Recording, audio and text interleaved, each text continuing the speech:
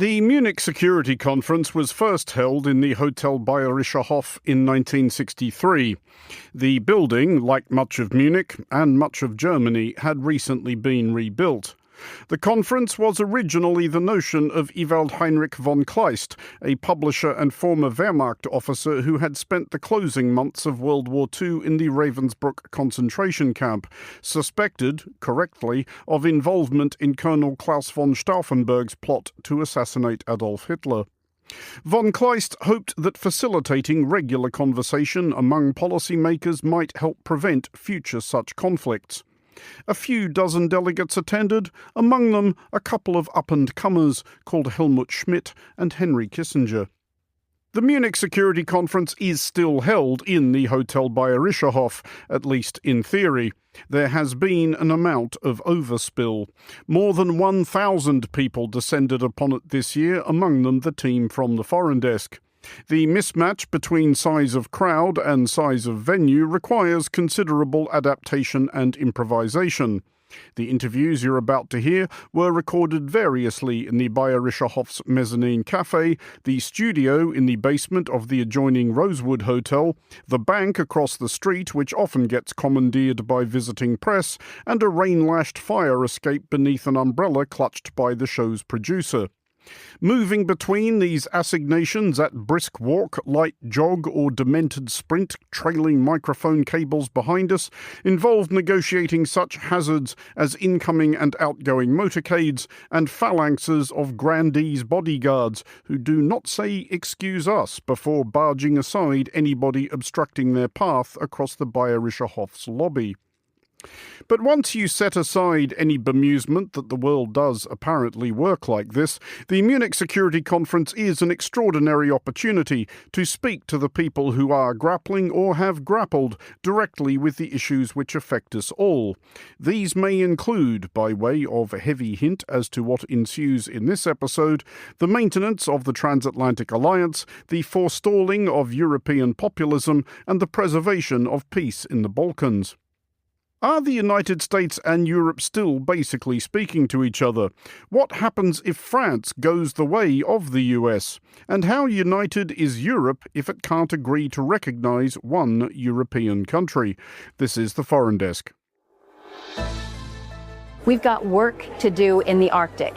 What are we going to do cooperatively to protect this vast area of the globe that is pretty wide open right now? Europeans need to become a stronger partner within NATO in order to keep NATO together and to show the Americans that they're serious about their defense. We've shown that when we're united, when we're firm, when we're ready to use the instruments that we have, we can have impact and we can defend our interests. The risk now would be to push the snooze button. You're listening to a special edition of the Foreign Desk recorded at the recent Munich Security Conference. Our first guest is US Senator Lisa Murkowski, who has represented Alaska for the Republican Party since 2002. Senator Murkowski had, much like the Foreign Desk, recently visited Greenland in the wake of US President Donald Trump's threats to seize it. I began by asking how much damage that episode had done to the transatlantic alliance. Relationships matter. How we treat our friends matter. The trust that has built up over decades and generations matters. And so when words like occupy or take over or buy or acquire are used, that disrespects a sovereign territory, disrespects the autonomy of the people of Greenland, that's a problem. That's a problem. But I don't think that it is something that cannot be reconciled through honest dialogue, openness about what is being sought. If we're talking about shared security interests in the Arctic space, let's talk about it. We have been doing it with Greenland for decades now. If we need to enhance our presence, let's talk to the Greenlanders. Let's talk to the Kingdom of Denmark about how we can enhance and build on our shared Arctic security interests. When you've been to Greenland recently, Arriving there now as a US Senator and a Republican US Senator, was the welcome at all equivocal? I didn't feel it. I didn't feel it at all. In fact, I felt that there was an appreciation for the fact that there was a bipartisan delegation from the United States that was there to really share the message of we want to engage in a cooperative dialogue. We want to build on our relationship. We're not seeking to divide. And if anything, to present a little calm to the situation, which has understandably just been wrought with anxiety. The people of Greenland have been very, very anxious, and understandably so. Which is what I found when I was there myself a couple of weeks before that. And during that period, which I guess was the peak of the is this really happening or not phase, how personally strange was that for you? Because we've spoken before about the United States not taking seriously its own patch of Arctic security, i.e. the state you represent. Were you sitting at home in Juneau thinking, how on earth did we get to this? We need to recognize that the Arctic has been, I think, underappreciated, not just by the United States, but around the NATO countries. Investment in the Arctic has been limited at best. And so there's a great deal of focus right now on Greenland and what we need to do for security on that eastern side of the continent. But I will maintain that just as important, as vitally important, is ensuring that on the western side, where Alaska sits right smack next to Russia, that we also need to appreciate that investment in infrastructure, investment in everything from the communications to defense to what we need to do from an economic security perspective. We've got work to do in the Arctic.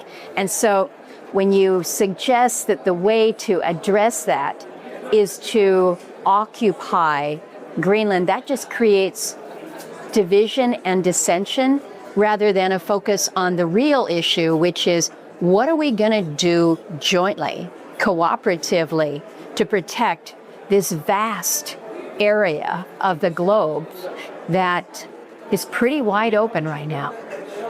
On that thought, and also I guess on the subject of ambiguous welcomes, what's it been like being a Republican US Senator coming to this event? Are you getting Europeans saying, seriously, how are we expected to do another 3 years of this? Well, in fairness to the question, I just arrived a few hours ago, and so I haven't been pelted with those types of questions.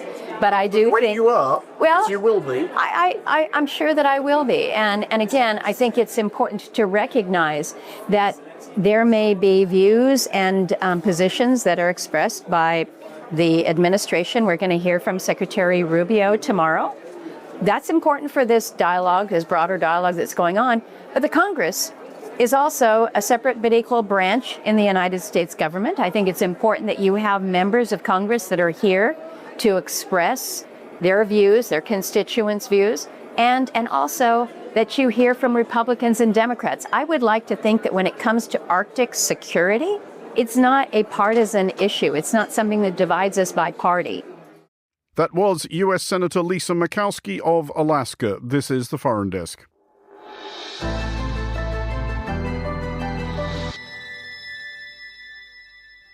You're listening to The Foreign Desk with me, Andrew Muller. President Trump's designs on Greenland appeared close during one strange week in January to igniting some sort of armed conflict among the members of NATO, specifically the United States and the Kingdom of Denmark. Everyone else presumably left to pick a side. Our next guest would until recently have had the job of explaining what on earth was occurring. Oana Lungescu, who was NATO's principal spokesperson from 2010 to 2023. I began by asking Oana if, during her long service inside the alliance, there had ever been discussion of what to do if one member threatened another.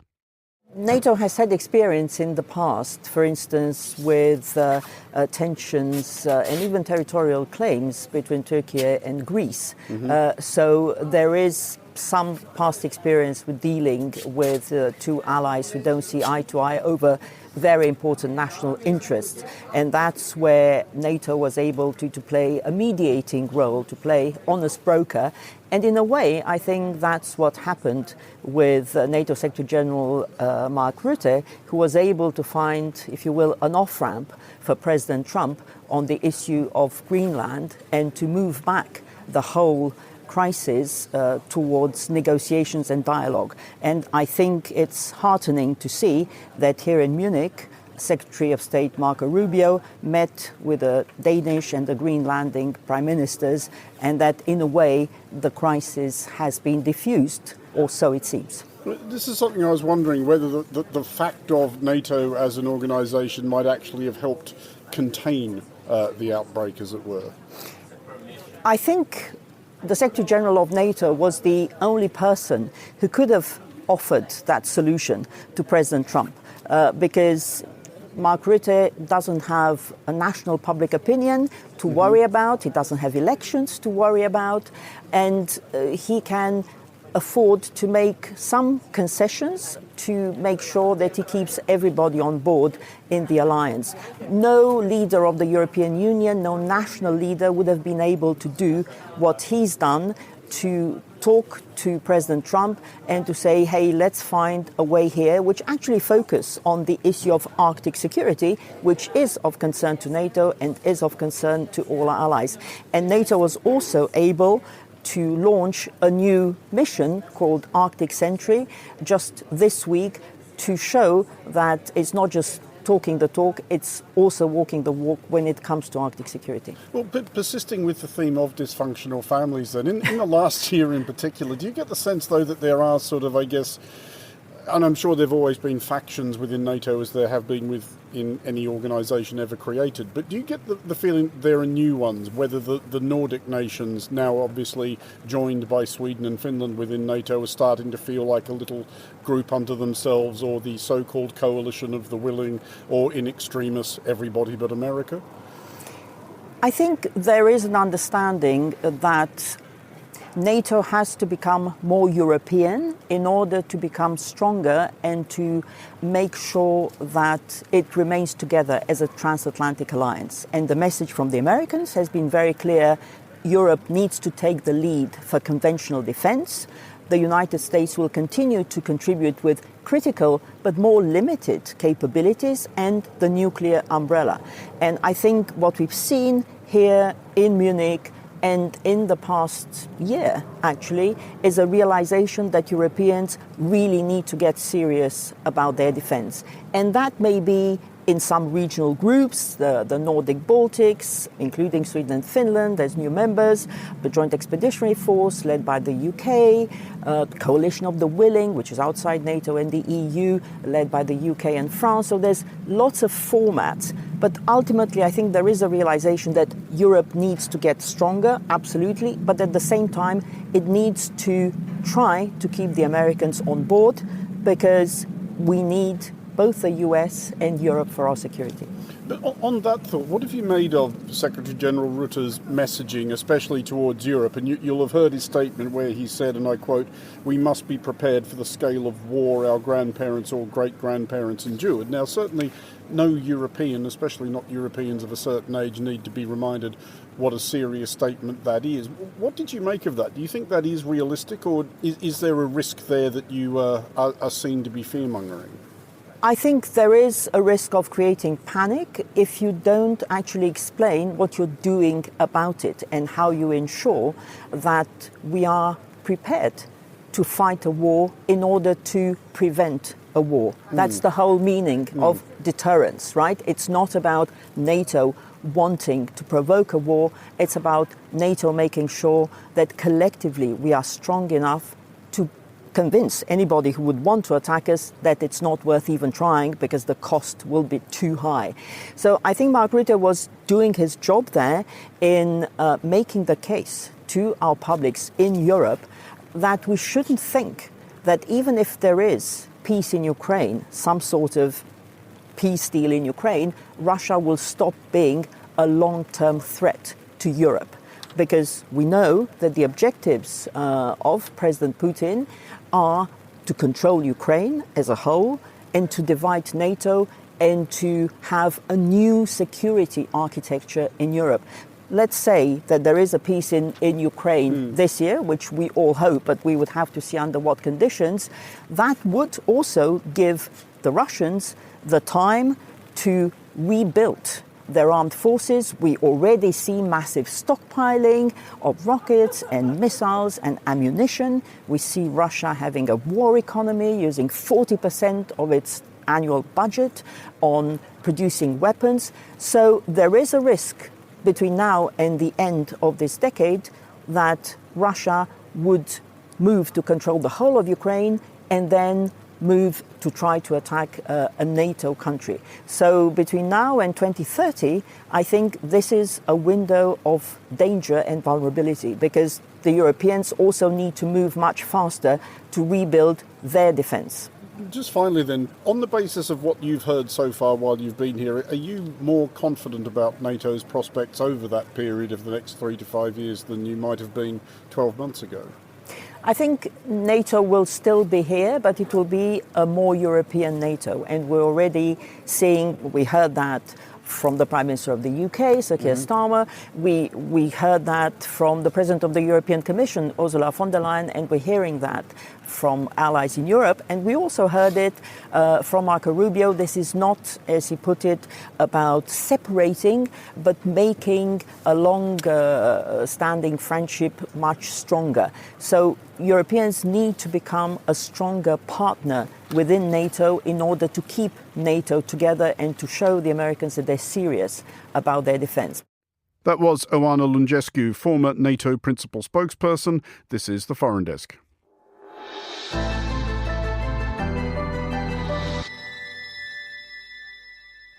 You're listening to the Foreign Desk on Monocle Radio. The United States' shift in attitude towards its European allies was a theme of Munich 2026, as it had been of Munich 2025.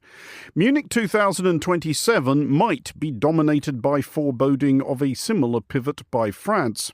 In April 2027, French voters will elect a new president. Current polling favours, and by some margin, Jordan Bardella, presumptive nominee of the far-right National Rally. Our next guest is Benjamin Haddad, France's Minister Delegate for European Affairs and a member of President Emmanuel Macron's Renaissance Party. I began with President Macron's Munich speech, which returned to his perennial theme of recent wake-up calls for Europe, Trump, Ukraine, and asked the minister how long the alarm had to ring before Europe heard it. Well, I think we've seen a strong reaction in recent weeks of Europeans when it came, for example, to Greenland. We've shown that when we're united, when we're firm, when we're ready to use the instruments that we have, such as the anti-coercion instrument, we can have impact and we can defend our interests. The risk now would be to push the snooze button and just say, let's go back to normal.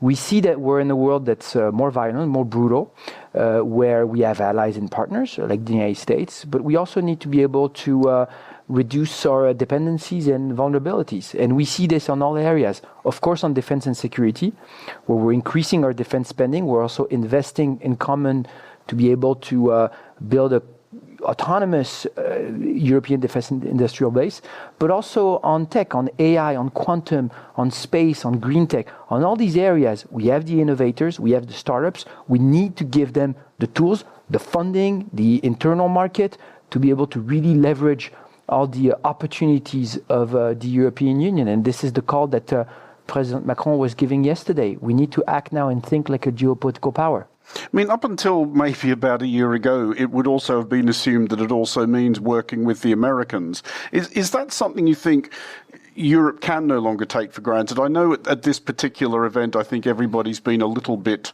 more careful around each other than perhaps they were last year. But another speech Macron gave recently, he and again I'll quote him, he said the United States distancing itself further and further from a state of law, which is a fairly strong statement, and one of which it would have been pretty unimaginable for a president of France to say really quite recently. Well, look, first at the long-term trend. You know, this is not new. If you remember the Obama administration, they were already talking about pivoting to Asia, They were blaming Europeans for being free riders. We had the episode in Syria of the Red Line. But no one was quite accusing America of having become a rogue state. No, and then you had the first Trump term. And I think at the time you had a lot of denial from Europeans saying, let's just wait it out 4 years and things will go back to normal. And then you had the Biden administration where we also had protectionism, the Inflation Reduction Act, the AUKUS that had impact on the relationship with France, the withdrawal from Afghanistan with no coordination with European allies. And now sometimes we're even seeing Europeans being targeted. It's the case for Greenland. It's the case also for our digital rule of law, where we've adopted rules at the European level, like the Digital Service Act, and we should be able to defend our rules that were democratically adopted in Europe and not bow to external pressure. So yes, we've seen this trend that is accelerating today. We work with the Americans. We work, for example, on Ukraine to put more pressure on Russia through sanctions, through weapons delivery to Ukraine. We've worked with the US to realign within the coalition of the willing on providing long-term security guarantees to Ukraine and monitor the ceasefire. And that's the work that we've done with the administration by bringing people like Marco Rubio, like Witkoff, like Kushner to Paris and working with them. But at the same time, let's be very clear-eyed about the long-term trend and build the capacities for Europeans to act as a power on their own. I've spent a lot of time in the US, and I've seen this through different administrations. I'm convinced that if we Europeans invest into our strategic autonomy, that is the best way to reshape the transatlantic relationship down the road, to do it in a more mature, more balanced way with Europeans that have value added, that bring a second pillar to the alliance. Today, it's too asymmetric, too unbalanced, and that creates frustration and resentment. So investing in our autonomy is also, I think, the best way to, down the road, have a different and more mature kind of relationship with the US. Do those pressures and priorities, though, do they do anything for your enthusiasm for further EU enlargement? Because I'm sure in your role you hear fairly frequently from your counterparts in the Western Balkans, how long is this going to take? How much longer do you expect us to wait? Is that something the EU can still concentrate on while it has to concentrate on all this other stuff? Yes, actually, I think we should accelerate on this. Why? Because we've seen with the Russian aggression on Ukraine that if you leave gray zones within your continent open to predatory behavior, to foreign interference, you create further risk for instability. And so there's a geopolitical argument. There's also an economic argument because you add more depth to the internal market of the European Union. You know, I often remind people that Srebrenica, Sarajevo, where we had a war and a genocide in the 90s, it's closer to Paris than Ukraine is. So, of course, this enlargement must be merit-based. It's about the rule of law, the independent judiciary, independence of the media, implementing You don't think reforms. standards should be stretched to make this happen? I think, no. I think the reason why these countries and civil societies are knocking at the door and want to join the European Union is precisely because they want to be part of these values and precisely because they want to anchor the rule of law and liberal democracy. So we should not give in to that. However, I do think we should accompany them and we should support them in the process of reforms. You have countries like Montenegro and Albania, they are doing this work. And we, France, we're sending experts to accompany. I've spent a lot of time in the region in the last few months going to countries like Montenegro, Albania, Bosnia-Herzegovina, and others, precisely to help and to continue to help them in the way of these reforms. I was going to ask you, in fact, if you kind of wished there was a process by which you could swap the Western Balkans in for maybe Hungary and Slovakia. No, I think, the European Union, it's a union of 27 member states. And that means different cultures, different histories, different institutions. But at the same time, we have to be extremely clear when it comes to our values and our rule of law. And this is why we've always supported conditionality and funding. And it's the case clearly now for Hungary, where a lot of the funding, both from the European budget or from the recovery package, has been suspended because of the backslide in the rule of law. And we'll stand very firm on this. And I have a good hope that at some point we can bring back to a more positive situation. I want to go back a bit to where we came in, which is, of course, This has been a story of the last year, and it was a story for 4 years, 5 years ago, which is Europe trying to adjust to the idea that it can no longer rely on the United States the way that it had got used to relying on the United States. Are you concerned that we might not be that far from a point at which Europe can't rely on France the way it's, I guess, kind of got used to? You have a presidential election in 2027, of course. At the moment, at least, the bookmakers' favourite is whoever's going to be the National Rally candidate. Would that disrupt things further if all of a sudden France wanted to chart a path away from further European enlargement, support for Ukraine, standing up to Russia, etc.? But let's be clear, this is not what the French people want. If you look today, the French support the European Union, support being in the Eurozone, and have been extraordinarily supportive of Ukraine. But some Americans have been supportive of Ukraine according to opinion polls, and look who they keep electing. In the last 4 years, and this is why, by the way, even the parties that were pro-Russian have been maybe more defensive about this. In the last 4 years, the level of support for weapons supply, for economic, humanitarian aid to Ukraine has been always very high and very transpartisan in France. And I think that's key. The second point I will say to this is that you are right that there is a rise of nationalism and populism everywhere in Europe. You see it in every democracy. And we have a responsibility, number one, to get results for our citizens and to show that our European institutions deliver. They deliver on prosperity and jobs. They deliver on security. They deliver on controlling our borders against illegal migration, for example. I'm convinced that you have no nationalist solution to this. You can only deliver through cooperation, for European solution. And the last point I will make is that I sometimes hear, there's a risk of nationalist election in this or that country, so is it safe to cooperate? But how crazy is that? That if you say, because of nationalism, maybe tomorrow we're not going to cooperate today, but that's the best way to have nationalism. And that's already giving in to the risk of nationalism tomorrow. I think on the contrary, we have to accelerate cooperation. We have to continue to build things together, to build policies together, to deliver for our citizens, but also because we should not give in precisely to the threat of nationalism. That was Benjamin Haddad, France's Minister Delegate for European Affairs. You're listening to The Foreign Desk.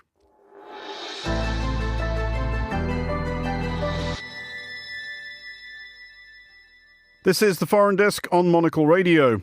It is conventional wisdom that these are difficult times to be an incumbent office holder. Certainly, there are few people we reliably find still in the same job every time we go to Munich.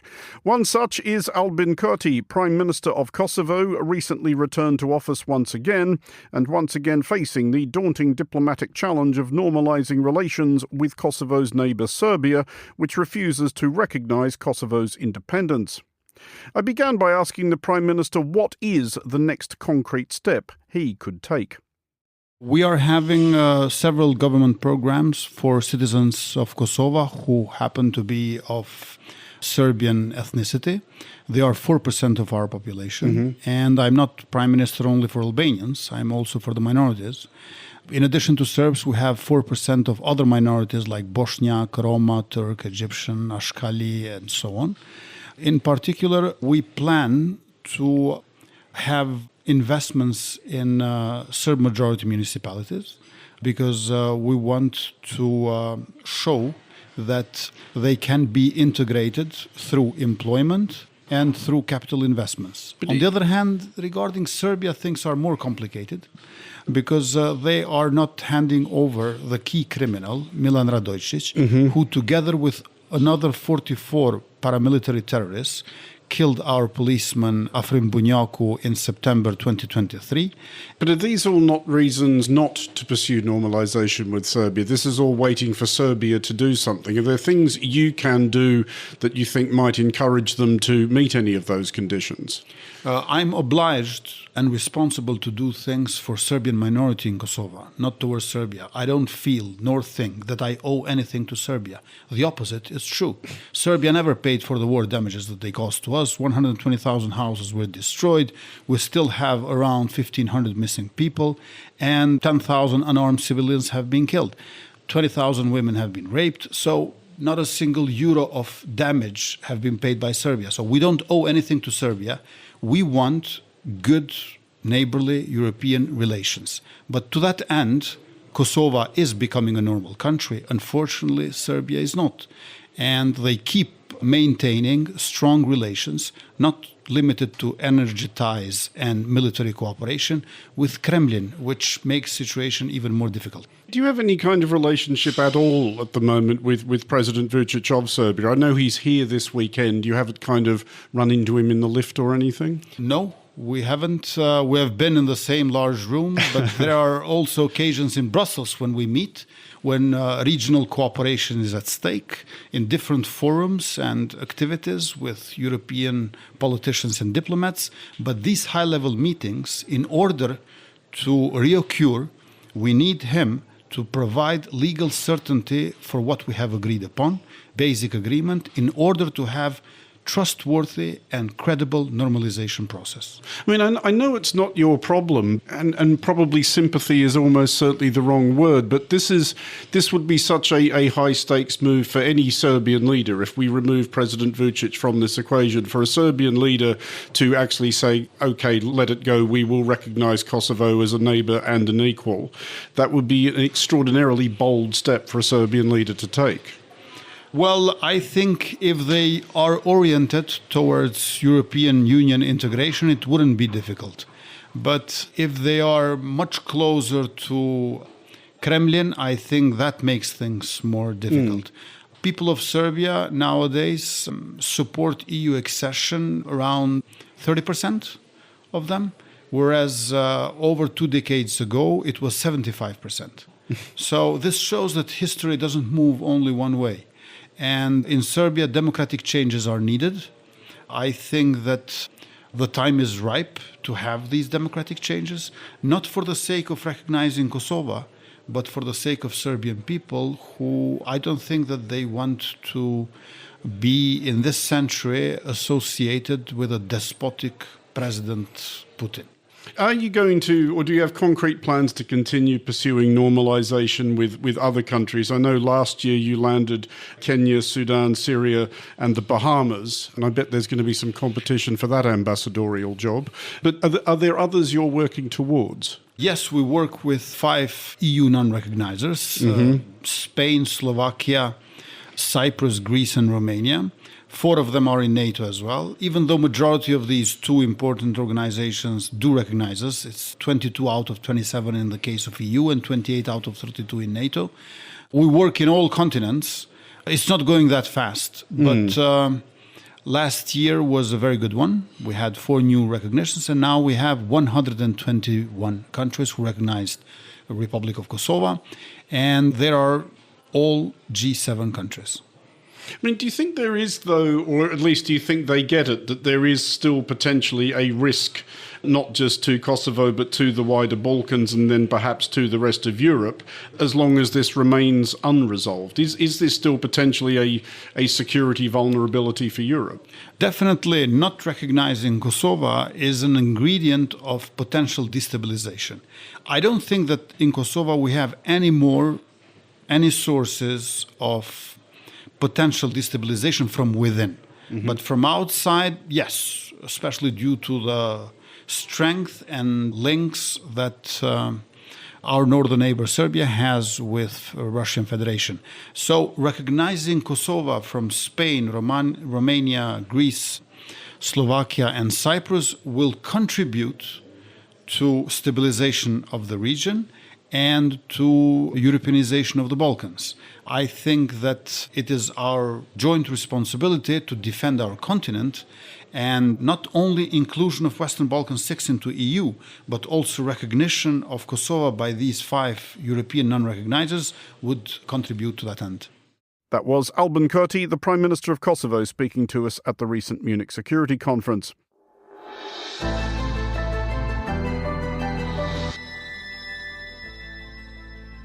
That's it for this episode of The Foreign Desk. We'll be back next week, and look out for The Foreign Desk Explainer, available every Wednesday.